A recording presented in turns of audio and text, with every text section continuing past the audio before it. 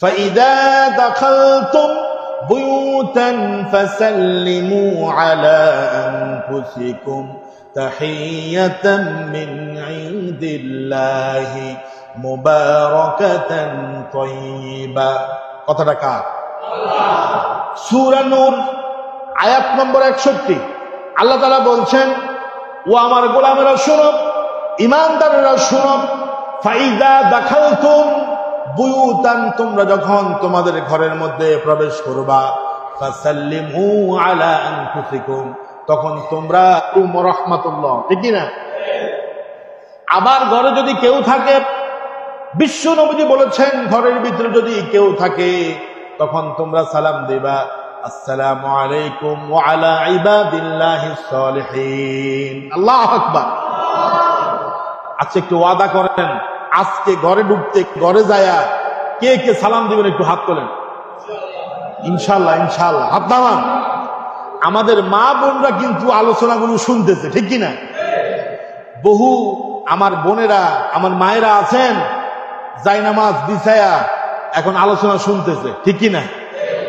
পুরুষরা যদিও গাফেল, বহু এরকম মহিলা আছে জুমার দিন জায়নামাজ বিছায়া জায়নামাজের মধ্যে বসে থাকে যে হুজুর খতিব সাহেব কি বলে, ঠিক কিনা? আপনি সালাম দিবেন, আপনাকেও আপনার বিবি সালাম দিবে। আল্লাহর কসম দিয়ে বলি, ঘরের ভিতর থেকে 100% না হলেও অন্তত 80% অশান্তি দূর হয়ে যাবে, ঠিক কিনা? সালাম দিবেন। আর আল্লাহ বলেছে সালাম দাও, সালাম দাও। আপনি যদি সালাম দেন দেখবেন সারাদিনের পরিশ্রম, কষ্ট, মেহনত, খিটখিটে মেজাজ সব দূর হবে। কারণ সালাম হচ্ছে এমন একটা ঔষধ, সালাম দিলে অহংকার দূর করে দেয় কে? আল্লাহ নবী বলেছেন তোমরা সালাম দাও। আল বাদিউস সালাম বারিউম মিনাল কিবর, যে ব্যক্তি আগে সালাম দেয় আল্লাহ রাব্বুল আলামিন তার ভিতর থেকে সমস্ত অহংকার, অহমিকা দূর করে দেয়। সুবহানাল্লাহ।